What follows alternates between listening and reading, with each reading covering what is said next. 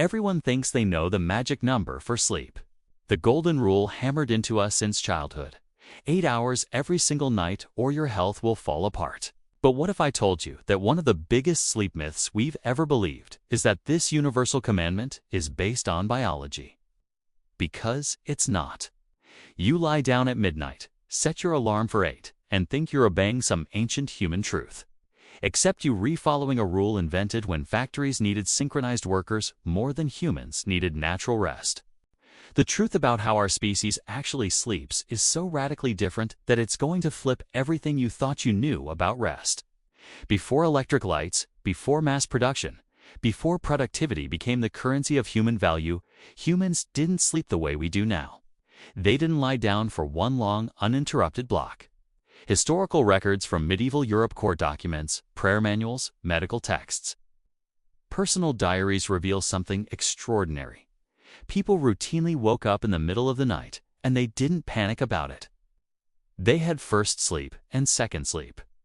You'd go to bed around 9 or 10, sleep for 4 hours, wake up naturally around midnight or 1, and here's where the story gets fascinating. That wakeful period wasn't filled with anxiety.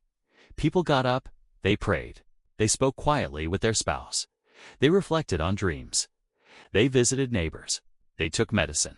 Some couples even preferred this period for intimacy because they had more energy than after a full day's labor. This wasn't insomnia. This was normal human sleep before we forced it into an industrial mold. Then came the factories, the gas lamps, and the revolution that rewired the rhythm of human life. Employers needed workers arriving on time, operating on synchronized shifts, maximizing output in tight blocks of labor. So sleep got compressed, standardized, branded into a neat formula. 8 hours for work, 8 for recreation, 8 for rest. It was a political slogan, not a biological breakthrough. And here's the part almost no one hears. This prescription was in tea based on science. Sleep science barely existed. The rule became cultural gospel before anyone asked if it matched human physiology. Fast forward to the 1990s when psychiatrist Thomas Ware stripped away modern sleep pressure entirely.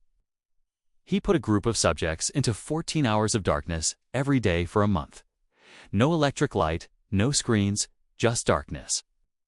At first, their sleep was chaotic as their bodies paid off years of sleep debt. But by week 4, something remarkable emerged: segmented sleep. For hours on, 1 to 2 hours of calm wakefulness, then for more hours. With modern expectations removed, their bodies resurrected humanity's ancient sleep pattern automatically. And researchers were stunned again when they studied hunter-gatherer societies still living without electricity or alarm clocks, despite having the freedom to sleep as long as they wanted. Communities in Tanzania, Bolivia, and Namibia averaged 6 to 7 hours of sleep per night, rarely 8. Sometimes they had a short daytime rest, but the total still didn't reach the cultural ideal. If 8 hours were truly required by human biology, wouldn't the people living closest to our ancestral conditions naturally sleep that long? The evidence says no. The 8-hour ideal is a cultural artifact we never questioned. And here's the twist almost everyone gets wrong: more sleep is not automatically healthier. Massive studies involving hundreds of thousands of people reveal a U-shaped curve. The lowest risk of death sits around 7 hours, not 8. People who sleep less than 7 face higher risks, yes, but so do people who sleep more than 9. Too much sleep correlates with higher rates of cardiovascular issues, depression, and even earlier mortality. It's not a straight line where more equals better. It's a curve, and 8 hours is not the universal sweet spot. Across datasets from China's National Center for Cardiovascular Disease to the UK Biobank, 7 hours is consistently where health risks bottom out. And here's the real game changer: sleep quality beats sleep quantity. You can lie in bed for 9 hours and still wake up exhausted if your sleep is fragmented, shallow, or disrupted by conditions like sleep apnea. Research comparing sleep duration against sleep quality consistently shows that how well you sleep has a greater impact on physical and mental health than simply how long you sleep.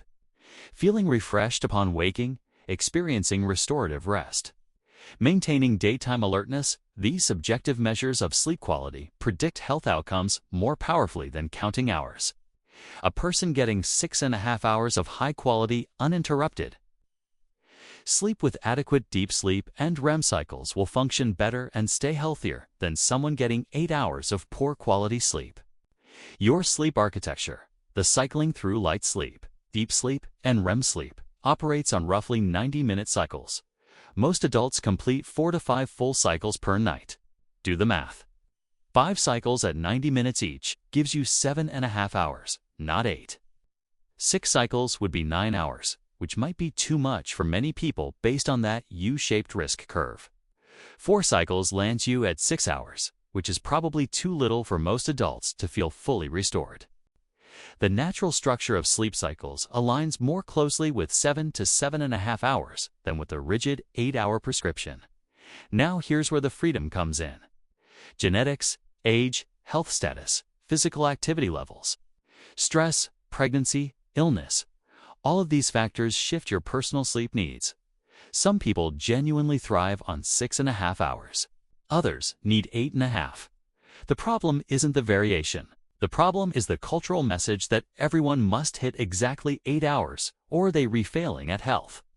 This creates sleep anxiety, and sleep anxiety is one of the most powerful drivers of chronic insomnia in modern society. People lie awake worrying about not sleeping enough, and that worry itself prevents sleep. They obsessively track their sleep with apps and devices, then panic when the data shows 7 hours instead of 8, which triggers stress that further disrupts sleep. The myth isn't just wrong, it's actively harmful because it teaches people to mistrust their own bodies. If you wake up after 7 hours feeling rested and alert, if you function well throughout the day, if you don't need caffeine to stay awake, then 7 hours is enough for you regardless of what the cultural myth says. The 8-hour rule has convinced millions of people that they have a sleep. It's a problem when they actually do, and here's the final truth that nobody talks about. Sleep is not a switch you flip or a task you accomplish. It's a natural biological process that happens when conditions are right and when you get out of its way. Our ancestors didn't have sleep hygiene rules or optimization strategies. They didn't track sleep scores or stress about whether they hit a specific number. They worked physically during the day. They lived in sync with natural light cycles, and they trusted their bodies to sleep when sleep was needed. The modern epidemic of sleep problems isn't primarily caused by a lack of willpower or discipline. It's caused by electric lights disrupting our circadian rhythms, by screens emitting blue light that suppresses melatonin, by work schedules that fight against our natural sleep drive, by caffeine consumed too late in the day, and by the anxiety created from believing we're supposed to sleep in a way that does unmatch our actual biology. The 8-hour myth is a symptom of a larger problem, the industrialization of human life, the idea that our bodies should operate like machines with standardized settings.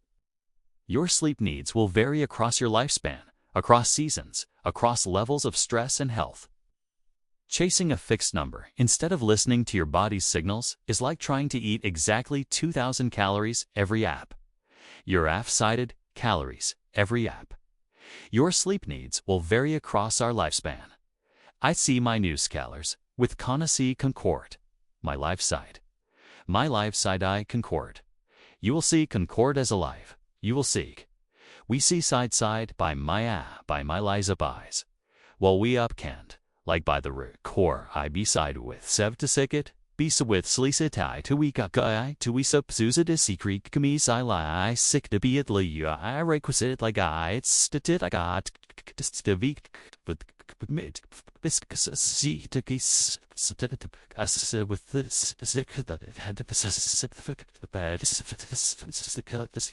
single day, regardless of whether you ran a marathon or sat at a desk. It ignores context, individuality, and the wisdom of your own physiology. So what should you actually do? Aim for 7 to 9 hours with 7 as a realistic minimum if you wake feeling refreshed. Pay attention to sleep quality, not just quantity.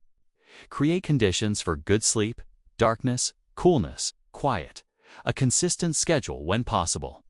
If you regularly need more than 9 hours and still feel tired, That's a signal to see a doctor because it might indicate an underlying condition like depression, sleep apnea, or chronic illness. But if you're consistently sleeping 7 hours and feeling great, stop worrying about hitting 8. You're not broken. The rule is, the most important thing you can learn about sleep is this: your body already knows how to do it. Evolution spent millions of years perfecting your sleep system. Trust it more than you trust a number invented by industrial scheduling. The 8-hour myth taught us to fear our own biology, to think we need external rules to manage a fundamental process that our ancestors handled just fine, without apps, without tracking, without anxiety. Real sleep wisdom isn't about hitting a target. It's about removing obstacles and letting your natural sleep drive do what it was designed to do. What myth should I break down next?